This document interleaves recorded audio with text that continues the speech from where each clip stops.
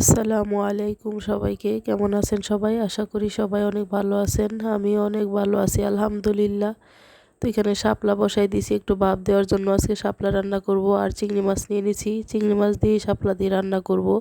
তো আজকের ব্লগটি আমি বিকাল থেকেই শুরু করছি। তো বিকালবেলা হচ্ছে আমার ছেলে এখানে এই শাপলাগুলা উঠায় নিয়ে আসছে। তো আমি আবার অল্প দেখে রান্না করতে চাইছিলাম না, কিন্তু আমার শাশুড়ি মা বলল যে না, এগুলো চিংড়ি মাছ দিয়ে রান্না করলে ভালো লাগবে খেতে। আবার শাশুড়ি হচ্ছে বসে বেছে দিচ্ছে শাপলাগুলোকে। তো ভাবলাম বিকালেই রান্না করে ফেলি। বিকাল বলতে আসলে রান্না শুরু করতে করতে সন্ধ্যার পর হয়ে গেছে। তো এখানে হচ্ছে আমি এখন শাপলাটা রান্না করব চিংড়ি মাছ দিয়ে। তো পেঁয়াজ ভেজে নিলাম আর হচ্ছে একটু হলুদ মরিচ লবণ ধনিয়া সব মশলা দিয়ে দিলাম, দিয়ে একটু পানি দিয়ে দিব। শাপলা কিন্তু আসলে আমার কাছে অত একটা বেশি ভালো লাগে না, কিন্তু আজকে রান্না করলাম চিংড়ি মাছ দিয়ে, আসলেও অনেক ভালো লাগছে খেতে। আর শাপলা রান্না করার আগে একটু ভাপ দিয়ে রান্না করতে হয়, যেহেতু শাপলা খুবই নরম একটা সবজি আর কি। তো এই যে এখানে হচ্ছে আমি চিংড়ি মাছটা একটু কষাই নিলাম পানি দিয়ে, যেহেতু শাপলা আগে থেকে একটু ভাপ দিয়ে নিছি। তো এখানে কিন্তু এই রান্নাতে কিন্তু আর কোনো পানি দেওয়া হবে না। শাপলার ভিতরে যে পানিটুকু আছে এইটুকু দিয়ে হচ্ছে চিংড়ি মাছের সাথে একেবারে ভাজা ভাজা করে নিব। চিংড়ি মাছ ভালো করে কষিয়ে নিয়ে এখন হচ্ছে শাপলাগুলোও দিয়ে দিলাম, দিয়ে নেড়ে চেড়ে ঢাকনা দিয়ে ঢেকে শাপলাগুলোকে আমি একটু ভাজা ভাজা করে নিব। এখানে আর কোনো পানি দিব না। শাপলা রান্না কিন্তু আমার হয়ে গেছে, ঢাকনা তুলে নিলাম। এই যে আমার শাপলার নিচে কিন্তু এখন আর কোনো পানি নেই, একেবারে সুন্দর ভাজা ভাজা হয়ে গেছে। তো শাপলাটা আমি হচ্ছে নেড়ে চেড়ে তারপর নামিয়ে নিব। আর এই ভিডিওটা কিন্তু আমার আরও 2 দিন আগের করা। তো আমি হচ্ছে আজকে ভয়েস দিতেছি। আমার কিন্তু প্রচুর পরিমাণ ঠান্ডা লাগছে। তো ঠান্ডার কারণে কিন্তু আমার নাক দিয়ে চোখ দিয়ে পানি পড়তেছিল, খুব কষ্ট হইতেছিল ভয়েস দিতে। এরপরেও যেহেতু ভিডিও বানাইছি, তো ভয়েস দিয়ে আপনাদের জন্য আপলোড করব আর কি। তো সবাই আমার ভিডিওটা দয়া করে দেখবেন, আর সম্পূর্ণ ভিডিও দেখে তারপরে হচ্ছে একটা লাইক দিয়ে চ্যানেলটাকে সাবস্ক্রাইব করে দিবেন, আমার পাশে থাকবেন। তো চিংড়ি মাছ দিয়ে শাপলা দিয়ে তো রান্না করলাম। এখন হচ্ছে এখানে একটু শাক রান্না করব। এই শাকটা হচ্ছে পাট শাক। আমার শাশুড়ি বলতেছিল তার খাইতে ইচ্ছা করছে। তো আপনাদের ভাইয়া অনেক জায়গা থেকে খোঁজাখুঁজি করে তারপর হচ্ছে নিয়ে আসছে, পাইতেছিল না, অনেক জায়গায় খুঁজছে পায় নাই। এরপর হচ্ছে 2 দিন পর আবার পাইছে, তো নিয়ে আসছে। তো শাকটুকু আমি হচ্ছে আগে ভাপ দিয়ে রাখছিলাম, এখন হচ্ছে বাগার দিতেছি। তো শাক বাগার দেওয়ার ক্ষেত্রে আমি সব সময় পেঁয়াজ রসুন একটু বেশি করে দিই, তাহলে শাক ভাজি খেতে ভালো লাগে।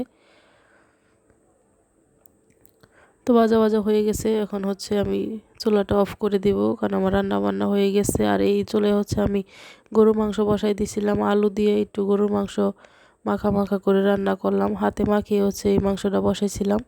তো এই মাংসটাও রান্না হয়ে গেছে।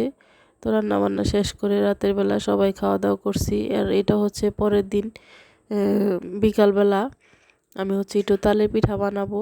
তো তালের পিঠা বানানোর জন্য এখানে হচ্ছে আমি পুরোপুরি রেসিপিটা আপনাদের সাথে শেয়ার করতে পারি নাই, তবে আমি মুখে বলে দিতেছি। এখানে হচ্ছে তালের রস দিছি, চাউলের গুঁড়া আর হচ্ছে ময়দা চিনি আর নারিকেল দিছি। এখানে আমি দুইভাবে নারিকেল ব্যবহার করছি, একটা হচ্ছে একেবারে নারকেল কুড়ানো যে ওইটা দিছি, আর একটা হচ্ছে একটু ছোট ছোট করে টুকরো টুকরো করে কেটে তারপর হচ্ছে দিয়ে দিছি, যাতে করে খাওয়ার সময় দাঁতের নিচে পড়ে। এই যে এইভাবে করে হচ্ছে আমি একটু বড় বড় পিস করে দিয়ে দিছি কিছু নারিকেল দিয়ে, তারপরে হচ্ছে সব কিছু ভালো করে মিক্স করে এরপরে রেখে দিছিলাম 1-1.5 ঘন্টার জন্য।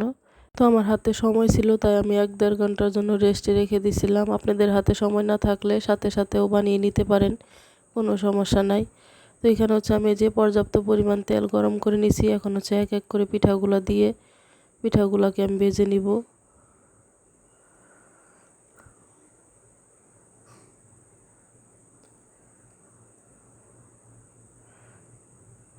তো এই যে এক এক করে হচ্ছে আমি সবগুলা পিঠাই দিয়ে দিব, আর পিঠাগুলো দেওয়ার সাথে সাথে কিন্তু খুব সুন্দর করে একেবারে ফুলে ফুলে উঠতেছে রসগোল্লার মতো দেখতে, কিন্তু আসলে ভালোই লাগতেছিল।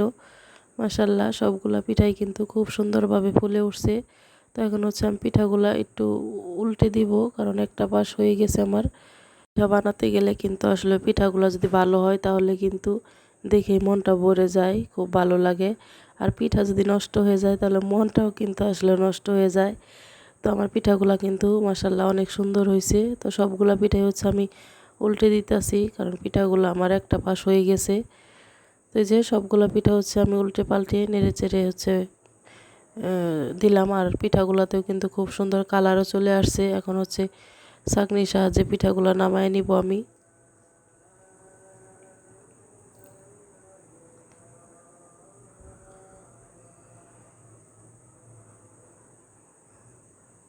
তেল ভালো করে জড়িয়ে তারপরে হচ্ছে একটা প্লেটে তুলে নিব। আর প্লেটে হচ্ছে আমি একটা কিচেন টিস্যু দিয়ে নিছি।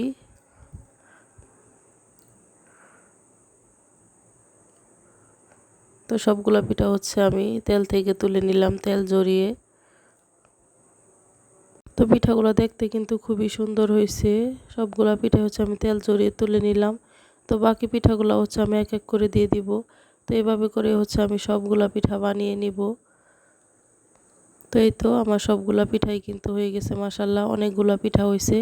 আর তালের এই বড়া পিঠাটা খেতে কিন্তু অসাধারণ লাগে, খুবই মজা লাগে আসলেও সব কিছু দিয়ে যদি মানে পারফেক্টভাবে বানানো যায়। তো আমার কাছে তো অনেক ভালো লাগছে, সবার কাছেই খুব ভালো লাগছে, সবাই খেয়ে অনেক প্রশংসা করছে যে পিঠা অনেক মজা হয়েছে। তো আমার এই ছোট্ট ভিডিওটা যদি আপনাদের কাছে ভালো লেগে থাকে তাহলে প্লিজ সবাই চ্যানেলটাকে সাবস্ক্রাইব করে দিবেন। আল্লাহ হাফেজ সবাইকে।